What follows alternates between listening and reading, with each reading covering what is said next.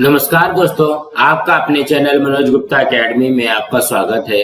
दोस्तों, आज हम कक्षा 8वीं के इतिहास और नागरिक शास्त्र पाठ 2 यूरोप और भारत इस पाठ का स्वाध्याय अर्थात प्रश्नोत्तर करने वाले हैं। दोस्तों, अभी तक आप लोगों ने इस चैनल को सब्सक्राइब नहीं किया तो प्लीज सब्सक्राइब कीजिए और अपने फ्रेंड्स के साथ शेयर कीजिए। दोस्तों, आज हम कर रहे हैं पाठ 2 यूरोप और भारत उसका स्वाध्याय। पहले प्रश्न में क्या दिया गया? दिए गए विकल्पों में से उचित विकल्प चुनकर कथन पुनः लिखो। उसमें से पहला है 1453 ईस्वी में ओटोमन तुर्कियों ने खाली जगह शहर को जीत लिया। ऑप्शन है वेनिस, कॉन्स्टेंटिनोपल, रोम और पेरिस। इसके उत्तर में आएगा कॉन्स्टेंटिनोपल।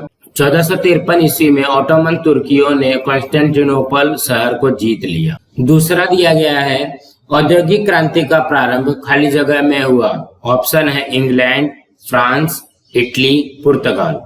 इसके उत्तर में आएगा इंग्लैंड। औद्योगिक क्रांति का प्रारंभ इंग्लैंड में हुआ। तीसरे में क्या दिया गया है? अंग्रेजों के अवैध व्यापार की रोकथाम करने का प्रयास खाली जगह ने किया। इसके ऑप्शन में है सिराजुद्दौला, मीर कासिम, मीर जाफर, शाह आलम। इसके उत्तर में आएगा मीर कासिम। अंग्रेजों के अवैध व्यापार की रोकथाम करने का प्रयास मीर कासिम ने किया। दोस्तों, अब हम अगला प्रश्न करते हैं। दूसरे प्रश्न में क्या दिया गया? निम्न संकल्पनाएं स्पष्ट करो। पहला है उपनिवेशवाद। इसके उत्तर में आएगा पहला, जब आर्थिक दृष्टि से संपन्न तथा सैनिकी दृष्टि से बलशाली कोई देश अपनी सामर्थ्य के बल पर किसी भू प्रदेश पर अपना अधिकार जमा कर वहां अपनी बस्ती बसाता है और अपना राजनीतिक वर्चस्व स्थापित करता है, तब इसे उपनिवेशवाद कहते हैं। दूसरा है एशिया और अफ्रीका महाद्वीप के देशों का आर्थिक शोषण करने के उद्देश्य से यूरोपीय देशों ने वहां की सत्ता छीनकर वहां अपने उपनिवेश स्थापित कर लिए। और तीसरा है यूरोपीय देशों के इसी उपनिवेशवादी मानसिकता से आगे चलकर साम्राज्यवाद का उदय हुआ। दोस्तों, अब हम अगला करते हैं। दूसरे में क्या दिया गया है? साम्राज्यवाद। इसके उत्तर में आएगा पहला, विकसित राष्ट्रों का अविकसित राष्ट्रों पर अपना वर्चस्व स्थापित करके वहां उपनिवेश स्थापित करना साम्राज्यवाद कहलाता है। दूसरा है अपने राज्य की भौगोलिक सीमा के पार के भूभाग पर अपना सत्ता स्थापित करना साम्राज्यवाद कहलाता है। तीसरा है सैनिकी दृष्टि से बलवान यूरोपीय राष्ट्रों की साम्राज्यवादी नीति के सामने टिक न पाने के कारण एशिया अफ्रीका महाद्वीपों के देश गुलाम बन गए। और चौथा है औद्योगिक क्रांति के बाद साम्राज्यवाद बढ़ने लगा। 20वीं शताब्दी में इसका अंत हुआ। दोस्तों, अब हम अगला करते हैं। तीसरा दिया गया है पुनर्जागरण युग। इसके उत्तर में आएगा पहला, मध्य युग के उत्तरार्ध में यूरोप महाद्वीप में धार्मिक सुधार आंदोलन ने जोर पकड़ लिया। भौगोलिक खोजों के कारण नए नए प्रदेश प्रकाश में आए।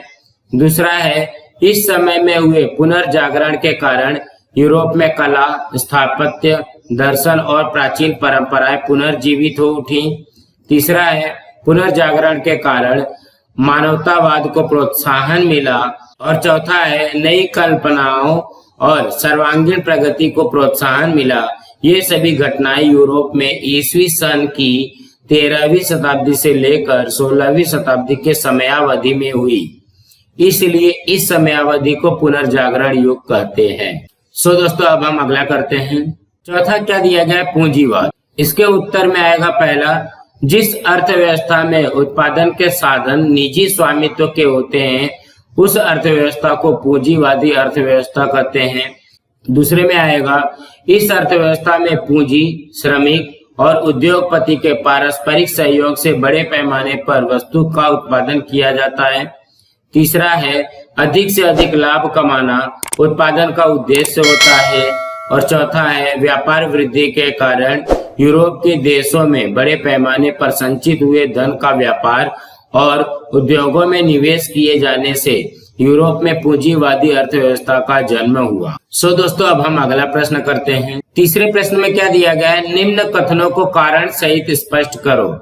पहला है प्लासी के युद्ध में सिराजुद्दौला की पराजय हुई। इसके उत्तर में आएगा पहला, बंगाल के नवाब सिराजुद्दौला ने कोलकाता स्थित अंग्रेजों की गोदाम को अपने अधिकार में कर लिया। परिणाम स्वरूप अंग्रेजों में असंतोष का निर्माण हुआ। दूसरा, नवाब के सेनापति मीर जाफर को नवाब पद का प्रलोभन देकर कूटनीति से रॉबर्ट क्लाइव ने उसे अपने पक्ष में कर लिया। तीसरा, 1757 ईस्वी में अंग्रेजों ने नवाब पर आक्रमण किया। नवाब और अंग्रेजों की सेनाएं आमने सामने आ गई।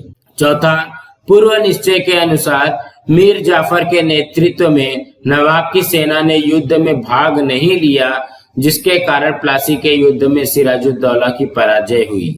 दोस्तों, अब हम अगला प्रश्न करते हैं। दूसरे प्रश्न में क्या दिया गया है? यूरोपीय देशों को एशिया की ओर जाने वाले नए मार्गों को खोजना आवश्यक अनुभव होने लगा। इसके उत्तर में आएगा पहला, प्राचीन काल से यूरोप का पूर्वी देशों के साथ व्यापारिक संबंध था।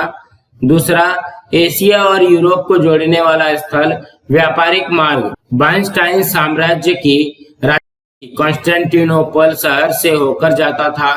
तीसरा, 1453 ईस्वी में ऑटोमन तुर्कियों ने यह शहर जीत लिया। और चौथा है, तुर्कियों द्वारा मार्ग बंद किए जाने के कारण यूरोपीय का पूर्वी व्यापार खंडित हो गया, इसलिए यूरोपीय देशों को एशिया की ओर जाने वाले नए मार्गों को खोजना आवश्यक अनुभव होने लगा। दोस्तों, अब हम अगला प्रश्न करते हैं। तीसरे में क्या दिया गया? यूरोप के शासक व्यापारी कंपनियों को सैनिकी संरक्षण और व्यापारिक सुविधाएं प्रदान करने लगे। इसके उत्तर में आएगा पहला, नए समुद्री मार्ग की खोज हो जाने के बाद यूरोप और एशिया महाद्वीप के देशों के बीच नए उत्साह के साथ व्यापार शुरू हुआ। दूसरा, पूर्वी देशों के साथ व्यापार करने के लिए अनेक व्यापारी आगे आकर व्यापार में पूंजी निवेश करने लगे। तीसरा, व्यापारियों द्वारा मिलकर पूंजी निवेश किए जाने के कारण संभाग पूंजी वाली कई व्यापारिक कंपनियों का उदय हुआ। चौथा है, शासकों की समझ में यह बात आने लगी कि पूर्वी देशों के साथ होने वाला व्यापार लाभप्रद होने के कारण देश की आर्थिक स्थिति समृद्ध हो रही है। इन कारणों से यूरोप के शासक व्यापारिक कंपनियों को सैनिकी संरक्षण और व्यापारिक सुविधाएं प्रदान करने लगे। दोस्तों, अब हम अगला प्रश्न करते हैं। चौथे प्रश्न में क्या दिया गया? पाठ की सहायता से निम्न सारणी पूर्ण करो।